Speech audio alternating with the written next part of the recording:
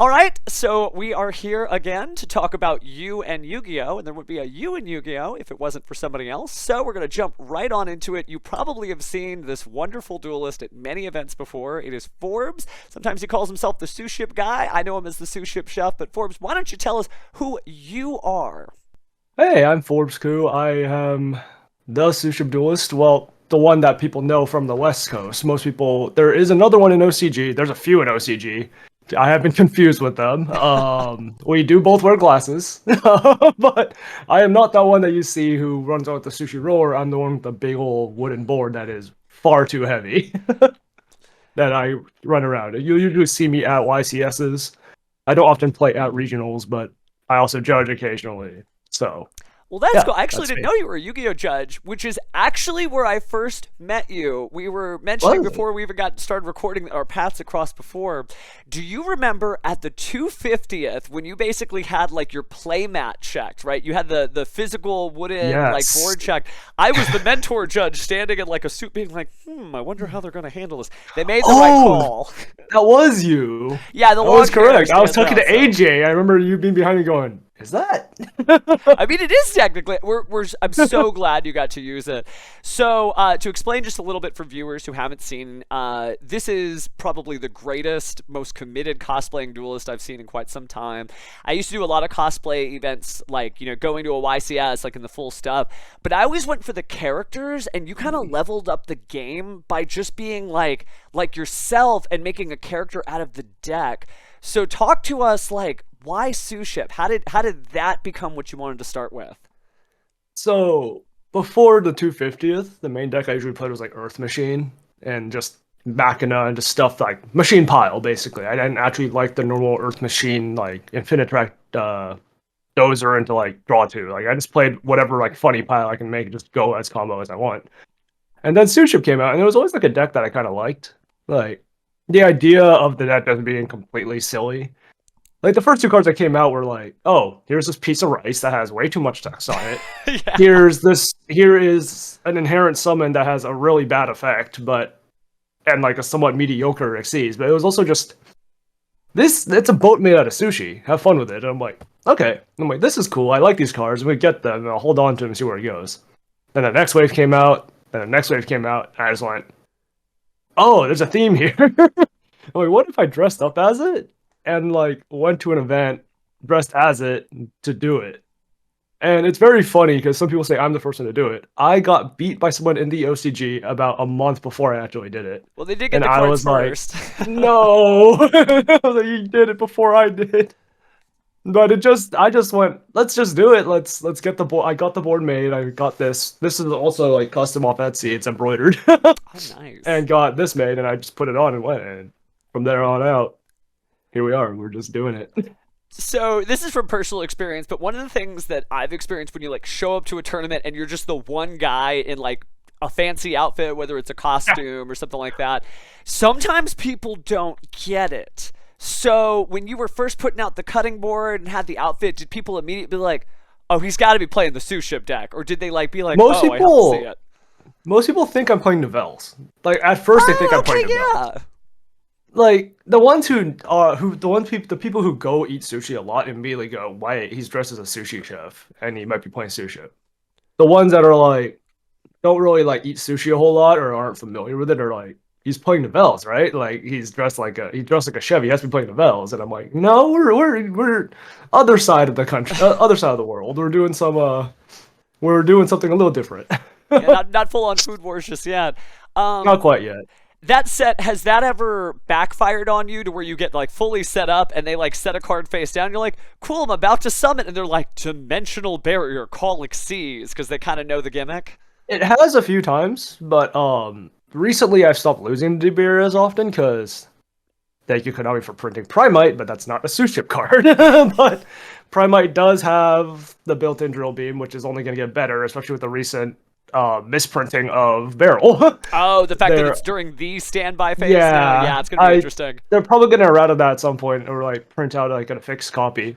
But drill beam sort of lets me insulate that, and there are ways for the deck to play around DBR because Promethean Princess came out, so I just go, all right, we're playing Fire OTK now.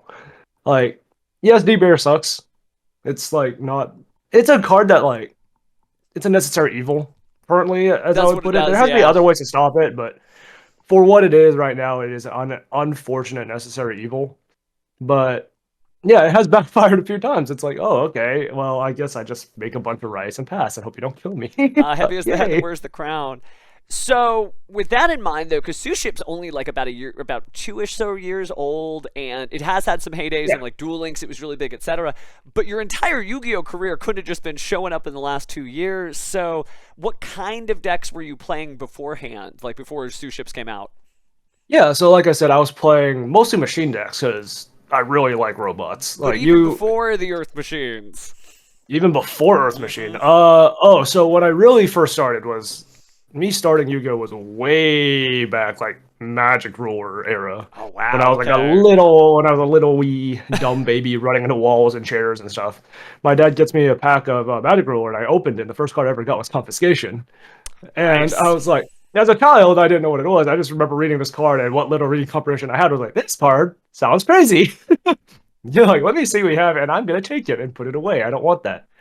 And then it really started going when I met my childhood friend Anderson Sang, who has topped a few events. He We got really into Yu-Gi-Oh as kids, and then we were just always trading, playing. Uh, Big Koala was like my favorite card for the longest time, and then I got a Blue Eye, then it was Blue Eye, then Big Koala. Like we're kids, we like big number, cool. We Yeah. don't get how levels work. We're like, okay, big number. Then I played Dark World for a bit in middle school and Playground Yu-Gi-Oh! Basically, this was right when like the Dark World cards came out, and like right at the cusp before 5Ds came out. Mm-hmm. And this was when we still kind of didn't know how the rules worked. Like no one knew what cost was, so it was like Dark World was like the most broken thing on the planet. And we're kids, we just go, okay, card destruction, yippee, and like we just go from there. And then past that, like once I started to really understand the game and getting better at it, I started playing Nimbles. And Nimble wasn't Okay. really a deck per se. They had Nimble Momongo, we had Nimble Musasabi. Then we got Nimble Angler, Sunfish, and Manta, which have like had a resurgence recently because of Sprite. I was playing those as a pure deck, like a deck just with those Just things, and like nimble, with the nimble, nimble. Sidra. Yeah. Just Nimbles, like I'm spamming the board with a bunch of little goblin things, and then I'll just link them away. And then Links came out, and I was like, oh, okay, Firewall Dragon makes the deck funnier. It's not great, it's just funny. You just go like, it's Raccoon Beat, but worse. It's Oh, like it the best is way I could have Raccoon described it. Beat. But worse. Literally just worse. Yeah. But you now have like a bunch of bricks in your deck. But my friend and the person I mentioned earlier used to trust me with Karakuri. And then the Karakuri support came out, and I always really liked how the Karakuri cards looked. And that was sort of the start of when I started playing machine decks, because I was like, I'm just gonna play pure Karakuri during the height of toss format. Get completely rolled, but still have a good time, right? Because we're playing funny robot deck. Oh yeah, yeah. And then from there, it just kind of spiraled and it just kept going into machine cards, machine cards, machine cards. And then the Suship cards came out. And I'm like, okay, now I'm just playing sushi. Like, Oh yeah, it was so now it's just cool. sushi. Seeing But you at the featured match stage was really exciting because I know that it was like Primite Rizel is what it ended up being on the that screen. I was really think. funny. I watched the stream and I'm like, what? That's not Prime Rice. That's sushi. Well, I mean, That's there's like got to be a mostly normal sushi. monster for it, right? But it was Yeah. exciting to see like different types of decks, like given like the full treatment. I think a lot of duelists, and I'm not trying to like put any shade on anybody, but they usually tend to gravitate towards what like someone else may have told them is successful. There's not somebody telling you like, "Hey, man, play the Suships. This is the stuff," right? That's all from you. No, most of my friends say me stop playing sushi. You're not going to top with them, and I'm like, You gotta give it a I mean, I shot. came close. You know, Funnily enough, I came very close. it was a really great duel. I remember that like on that last one, it just kind of sputtered out. It was like drawing that card you needed maybe like one card earlier, and it just There didn't was a few happen. things. There was a few things that happened during game three that like make me a little salty. Like also just rewatching the stream, I was like kind of like, all right, sure. But also like on the stage, it was really awkward because this was my first time playing on stage. So when Okay. obviously anxiety, stress will happen, right? Off stage, I heard game three, someone say just attack. And I looked at a clock and I thought we were out of time for some reason. My brain just went, oh, you're out of time. Go. It's swing, swing, swing. And then I Okay. activated Lordly Load and I like made Dagaris. And like afterwards, I'm like, why did I make Dagaris? I had plug in hand. I could have brought a sword back and I could have set up a board and hit him and then he couldn't do anything with it. And then I made Dugaris Typhon. I just went, wait, I can't activate the Dugaris. I use slowly low. Yeah, because Primite locks you out of those special summon monster effects. Oof. And then we just weren't allowed to also resolve SP because the both of us forgot. And but we already did some actions, and then the judge was like, "Oh yeah, no, accepted game state." We're just like, "Oh." But like, if I was able to resolve the SP, I would have been fine that game because I had the Uni. I could negate something. If he got it off, I'll just bring an Uni back with plug-in, negate something again, and I'll be like, okay, right? But it's like, whatever. What happened happened. And then from then on, I lost 2 more times. Round 7, I had to drop because X3 doesn't get you to Dame 2. Yeah, yeah. Now, a lot of duelists, you know, they ask them up on the stage, like, hey, it was different dueling on the stage. What's it like afterwards? Like, when you get that out of your system and you, like, been on the featured match stage and you've got all the butterflies out and you just come back to, like, the regular dueling table, is it kind of easier or does it feel a little different? It doesn't feel that different. Not for me, personally. Because, once you're actually playing, it's not that bad because you're playing during a round, so there's not a whole lot of people watching and yelling. It's just once you start nearing the end of the round, so you're at like game 3, it's nearing the end, time is approaching. That's when the nerves start because people start watching you. So they start saying things, they start like cheering, they start yelling, and they're just like, there's a lot of noise going on. You're the star of the show. It's like like you are like freaking out sometimes. Like, oh, I have to do this. It's game 3, the pressure's on, people are watching. But like at the tables, it's about the same really, because like once the match starts ending, like people start congregating around the matches that are still going. It's like people you know, it's people you don't know. They're just going like, oh, that look at the regional where everybody's like staring down. And yeah, just, and you're just like, yeah. I know sometimes your friend is across from you, just look at you like, and you're just like, can you not? Like that's against policy. Yeah, it's against the policy, and I don't need to know I'm about to lose. Thanks. Don't nod at me like that. That doesn't help. Like, but the stress is like building. You're like, so it's not all that different. The real difference is just the air circulation on the stage is a lot better. Because you're like elevated and there's like big space, you're not crammed around people. So you get cold up there. I actually got kind of cold up there. I was just thinking, like, my hands are really cold. Like, I am playing this, my hands are cold.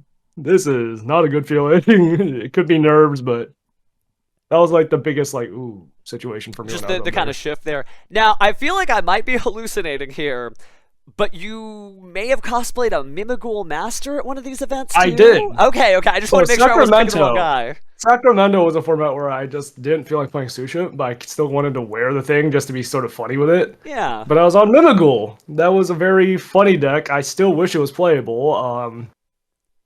I am praying that they give it an in-art type hand trap. Just to give it sort of like a turn 1, like a play with going second. Also, for them to ban Impulse so the deck doesn't just fall on its face.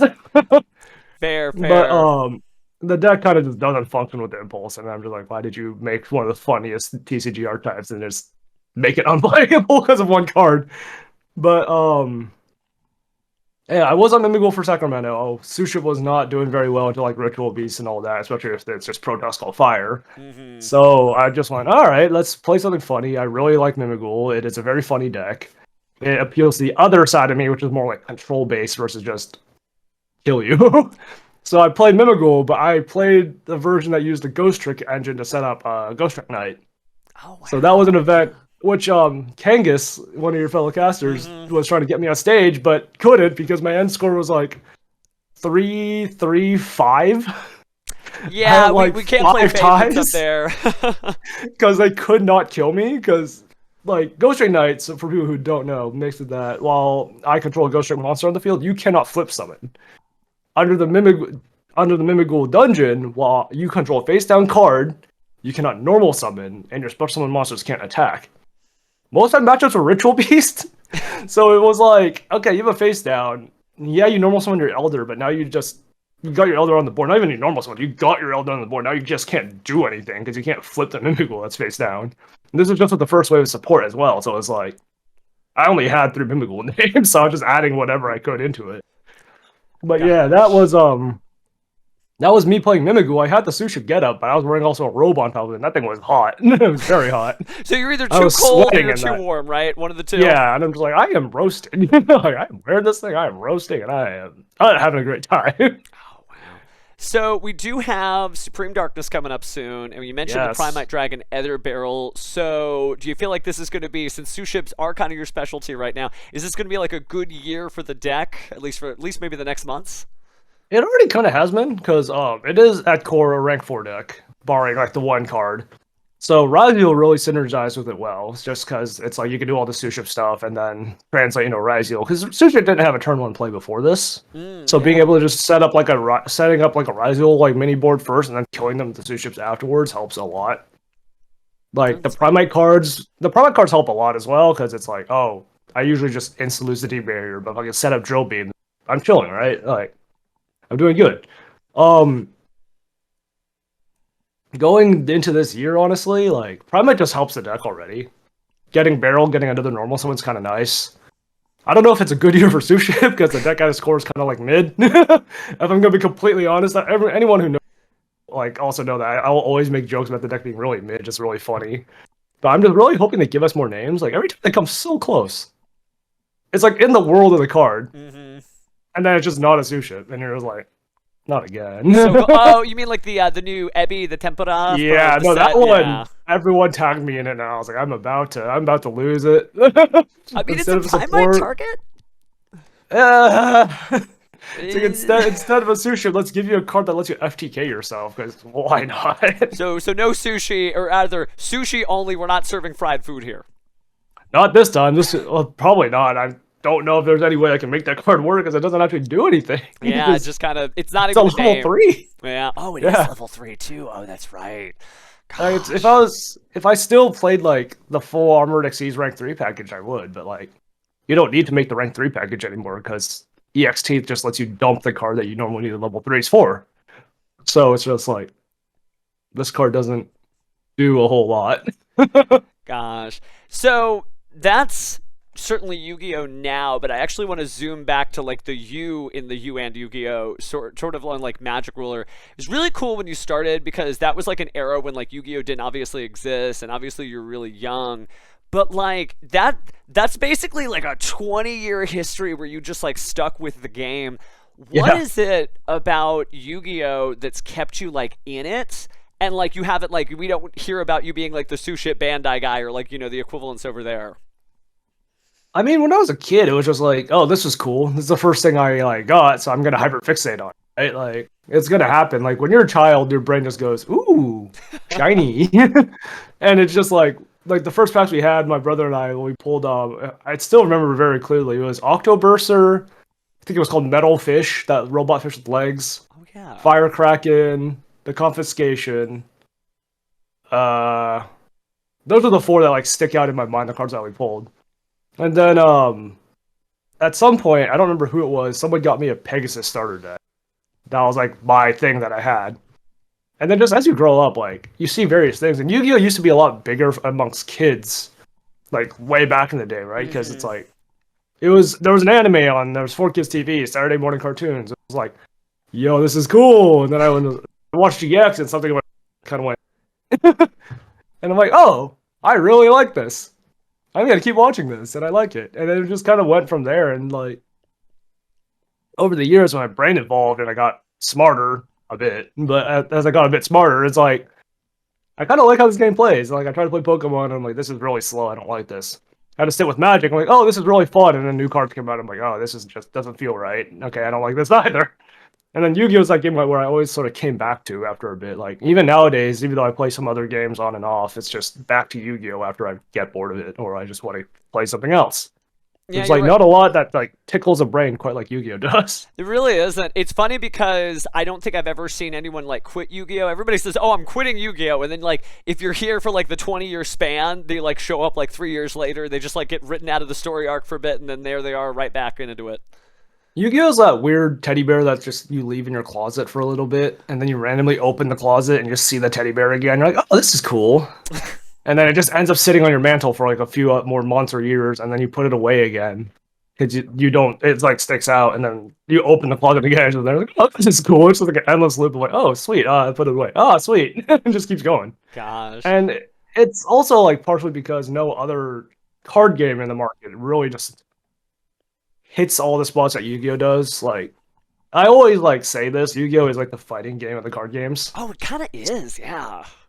That's just like you're doing your combo in the fighting game, and then you either drop the combo like you misplay, or your opponent has a counter, the hand trap, and their turn starts, and people are like, "Oh yeah, the Yu-Gi-Oh's too fast." I'm like, Not really. It just kind of went from like 10 turns to like 5 turns in a turn before it goes over again.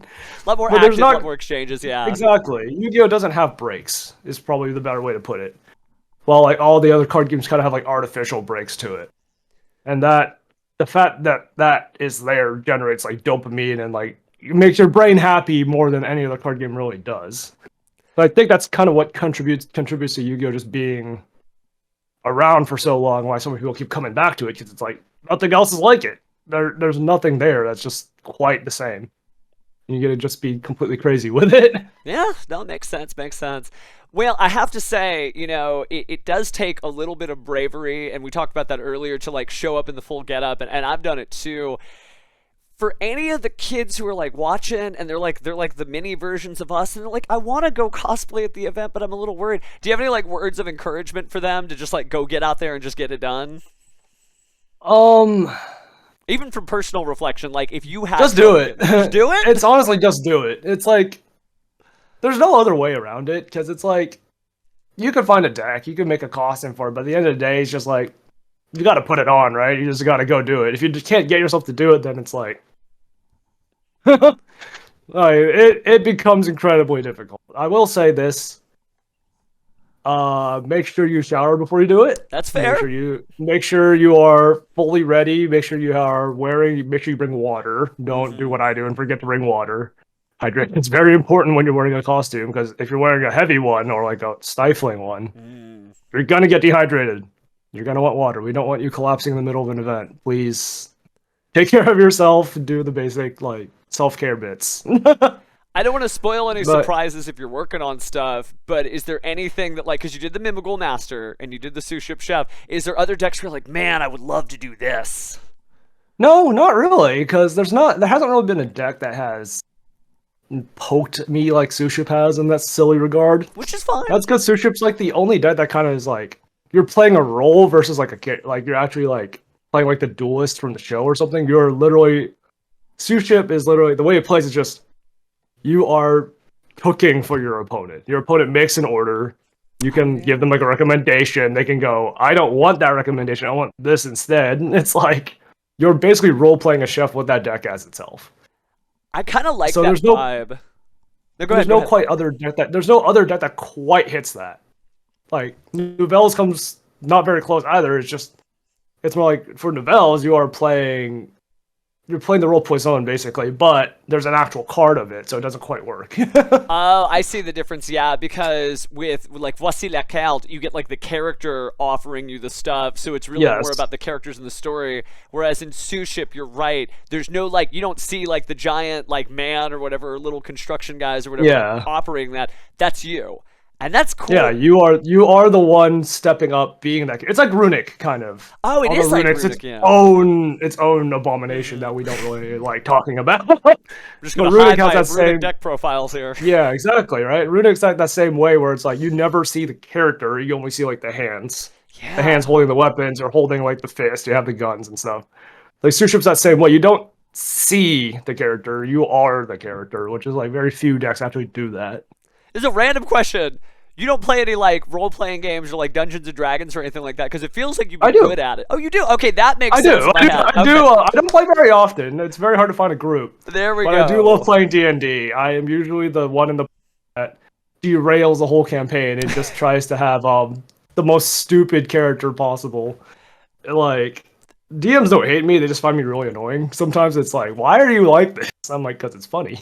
Well, because it It's makes sense in my content. head. Because all the decks that you seem to gravitate towards, they're like telling a story. Like even Mimighoul, it's like, do you want this one or that one? Do you want to go ahead and take these effects? Like it's very Dungeon Master-esque. So not to say that you're like a Bakura because he's like a bad guy or whatever, but it is funny that you're playing the decks that like Bakura might play. So Yeah. Oh god, I'm trying to picture Bakura play sushi. That's a very funny mental image.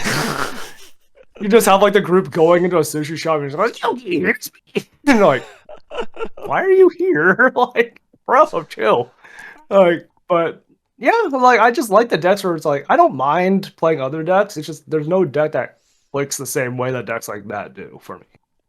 So like Mimighoul is a good example, like you said. Until the Master came out, it's very much like we're playing D&D. I am the deck master. I'm gonna make the story for you. I'm gonna flip a fairy box and make you flip a coin to choose if your attack goes through. Like, we are actually gonna play D&D, and it's Yu-Gi-Oh! But like, I don't know. I like decks that are like that. They're very funny. That you can put like a spin on the silliness of it. And there's not very many that like quite hit that spot for me. Have you tried Amazement at all? It's the weird I've trap. looked It's one into of my them. favorites. I've looked into them. I love it. There's a lot of Yu-Gi-Oh has a lot of archetypes I love how they look, but I don't love how they play. That's fair. Like- Amazement's a little like- wacky for sure. It's not even Amazement. Like the prime examples are like Flu and Tenpai.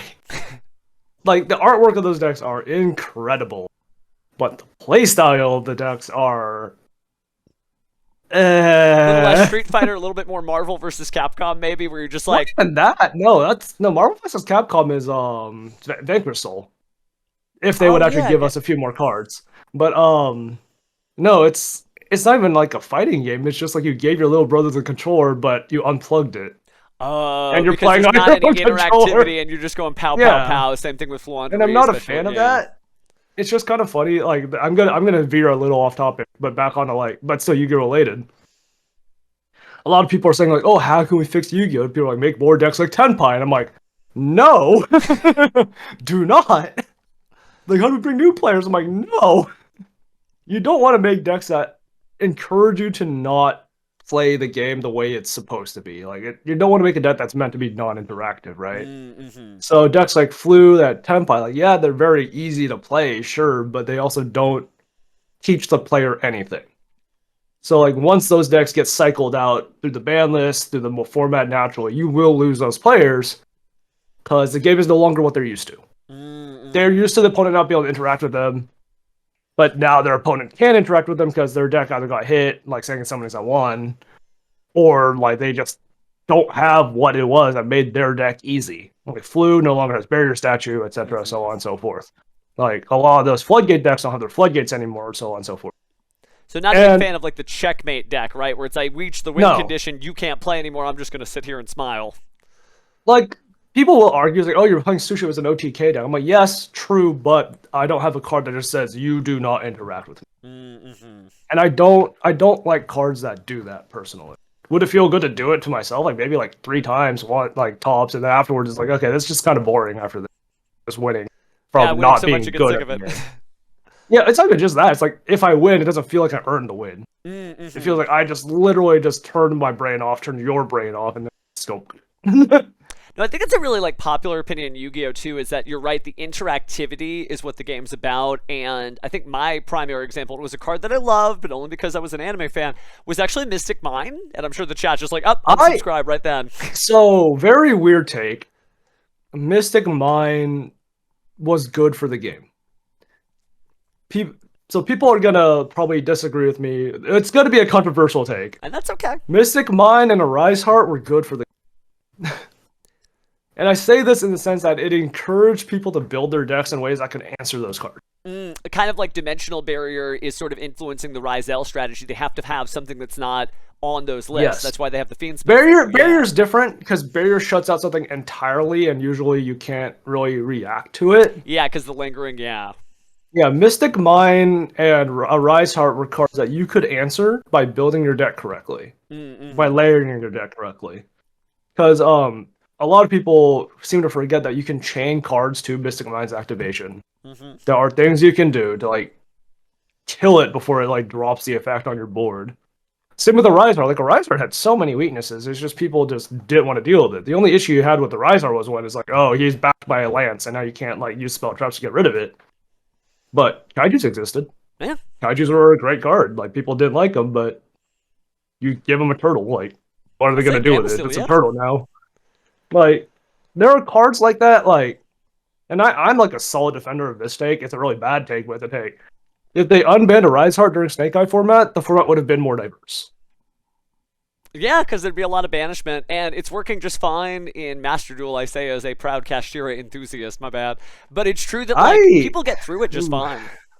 Yeah, like, I am very odd in the sense that I personally am very mean towards Master Duel as a program. I will say Master Duel is not real. like It constantly. does. I can It match has my a friends. very different format. Like you can't play Master Duel and evaluate the success or failure of a card because it's even more different than the OCG is from us. Like there's stuff that's Yes. legal and they change it so often. It's a great format, but it is just different. You can't use that as like your compass for physical cards. I like that they change it often. It is a good way to sort of like keep the game fresh. My joke about it not being real is that it is a best of one format where the cards that will decide the game instantaneously are still on are still around. And this isn't me saying Maxi. Maxi is like whatever, right? The fact that Tenpai came out and had been nuked from orbit from being playable in Master Duel is such a sign of just bad decision making that I can't defend Master Duel as a program until cards and decks like that are just removed. Okay. Because how Yu-Gi-Oh sort of balances that over here, at least in TCG, is we have the best of three. You can side, you can answer those maybe, but in Master Duel it is completely decided on whether or not you win the coin toss. And that's not an unpopular opinion either. I know a lot of It duelists who is are like, I need the very side bad. deck. Yeah. Like not having a side deck, not even just a side deck, not having a way to like sort of change how you're gonna play. Because game 2 and 3 is where it gets important. Because like, oh, I know what you're on now. I can play slightly different. There is none of that in Master Duel. It is literally, oh, I lost a coin toss. Oh, he made me go first. I just lost this game. I don't have an answer. It is over. I am cooked. Like, yay. Very much. It's also like the arcade least Yu-Gi-Oh. fun mirror in the game. Also, it's just two monkeys with a hammer trying to hit a helmet. Is whoever cracks the helmet first wins. It's like yay. It's just I love playing Master Duel. The visuals are amazing. Like the animations are great. I really think it would have been a really good, helpful way to get players into the game if it was more close to how the game actually was. And it's a very weird thing for me to say that like there was that leaked Konami like insider like meeting like report that they did where it was like, oh, Master Duel's not translating the real game. It's like, yeah, because it does not play anything like the real game. You have the same rule set, but everything else about it is nothing like the real game. Well, to each So their it's own. just, Good news is everybody's got a different Yu-Gi-Oh they can enjoy then. yeah, it's good that there's there. Like Paul from Team APS recently had that thing about why do people gravitate away from Yu-Gi-Oh towards other games, and I do get that. But at the same time, it's like this happens every format. Like there's always going to be that thing where it's like, oh, I don't like this format. I'm going to go play something a bit. That's going to happen. It's unavoidable. But like they did say, it'd be nice if Konami sort of put some work into making an alt format that can let the more casual people just play. Like there's Commander for MTG. Pokemon is just Pokemon. There's no. They got the Gym Leader Challenge. You leave those guys alone. Well, GLC is like. Actually, no, they did make it official. That's right. That is true. GLC. But they have GLC. It's like they have their casual formats. It's just Yu-Gi-Oh doesn't really have that. They just have alt formats that are like Time equally Wizard, as Rivalry, and then the Master Duel, and then Duel Links. It's like every Yu-Gi-Oh! It is different. It's kind of consistent with the show, though, because if you remember, like, every so often, like, totally new rules for the episode just to keep it interesting. But yeah, I can that's understand true. as, like, a competitive player, that's really hard to, like, it just doesn't feel right. Yeah, because we as Yu-Gi-Oh players tend to like sort of just tunnel vision on it, like this is all that matters. I only want to play this. Calm down, Kaiba. It really is kind of like Blue Eyes, and that's coming soon. We're gonna have a bunch of Blue Eyes players, and I mean that's good for the game in a sense. Like Rarity was such a good step for that in the sense that everyone's like, oh, the game's so expensive. I'm like, not anymore. Well, yes, still because Fua, but it's like. Weirdly, I'm not putting Fualos in like every deck, which is like really strange because I'm kind of like Molcharmies. Yeah, the Molcharmies are a very odd case in the sense like everyone's like, oh, you need these to play the game, but sometimes it's like, no. Sometimes you just want more. You just want hand traps or like board breakers in your side. Like you don't have to run the. Or more. Like they're good. Yeah, they're good, but at the same time, it's like. I don't know. Sometimes you draw bricks doing it, and you're just like, I really wish I didn't draw. Like, I don't know. It just feels very odd when people say, like, you have this card to play. It's not like Ash Blossom where you actually had to have it to play. It's like, these cards are just situationally really strong. Really strong when they but work. at the same time. Like a Purulia against a Fluandaree's deck, that is a bad time if you're a fan of birds. Not just a game counter, right? But you also have the option to play Lancia. Let me ask, No, go on. do you have any shout outs for all the people, like your friends, that have supported you over the years that you wish, just got to hear from you? Yeah. Shout out to my friend Andy. He knows I'm there. Shout out to the people who played with me when we were in middle school. A lot of you have vanished. I haven't seen you guys in years, and I don't know where most of you went. I reconnected with some of you. It's good to see all of you. A lot of others, how have you guys been doing? I haven't seen you guys or heard from you guys in 15 plus years. I don't know. It's been a long time. We need a GX high school reunion, guys. Oh my goodness, if GX is real. Shout out to the people I play with right now, like YouTube, Brian Chen, like someone who like kind of famous in his own way in the community. My friends that are close with me, the other people that I've talked with, like shout out to them. There's not a those are the main people who have like helped me with this game a lot. So it's like huge shout outs to them, thanks to them. Yeah, that's pretty much it for the most part. Shout out to AJ. Oh, yeah, AJ shout out is to such a gem. for letting me actually do it the first time when he was like, "Oh yeah, let's do it." I'm like, "Yes," and that's why I'm able to do this and be this. Well, we look forward, whatever YCS yeah, or regional you end up being at in the future, man, we really look forward. Like, the people are always seething at the mouth to get you on stage, so I'm glad that we got a chance to highlight you over at YCS Anaheim. I completely tossed. You'll get them next time. Yeah. Hopefully, yeah. I still want to get that group together for Vegas, but it's very hard to coordinate, especially when all the decks that are involved are really bad. Like, just want to play just 3 chefs playing in a costume, playing just food. So wait, okay, so it's Nouvelle, Suship. What's the third food deck? Modolce. Oh yeah, okay. What am I thinking? You got dessert. It's the closest thing we've got. It's the closest thing we've got. Well, I'll be looking for your team at Vegas because, man, that sounds like a sweet deal, pun intended. Yeah, no, I want to go to Vegas. Don't know if I can yet because financial issues right now, but but yeah, so that's pretty much my plans for the future. I want to go to Vegas. Nothing else I've looked that far forward in yet. So yeah. Okay, cool. Well, again, so happy to actually get a chance to really get to talk with you, and good luck in all those future duels. Cook up something fierce, man. They are hungry to see you in action. It is. The game's getting crazy. We are sort of on the pendulum swing back from break my board. We're going back to I will now slowly but surely missile strike your board. It's going to be interesting seeing what the next few ban lists will do to the game. But yeah. 2025 going to be a good year, fam. Good year. Oh yeah, Alliance Insight shipping will be very interesting as well. So well, we'll save that for the next one. Right? It'll be crazy. All right. Well, thanks for watching as always, guys. We'll see you in the next one. Take care.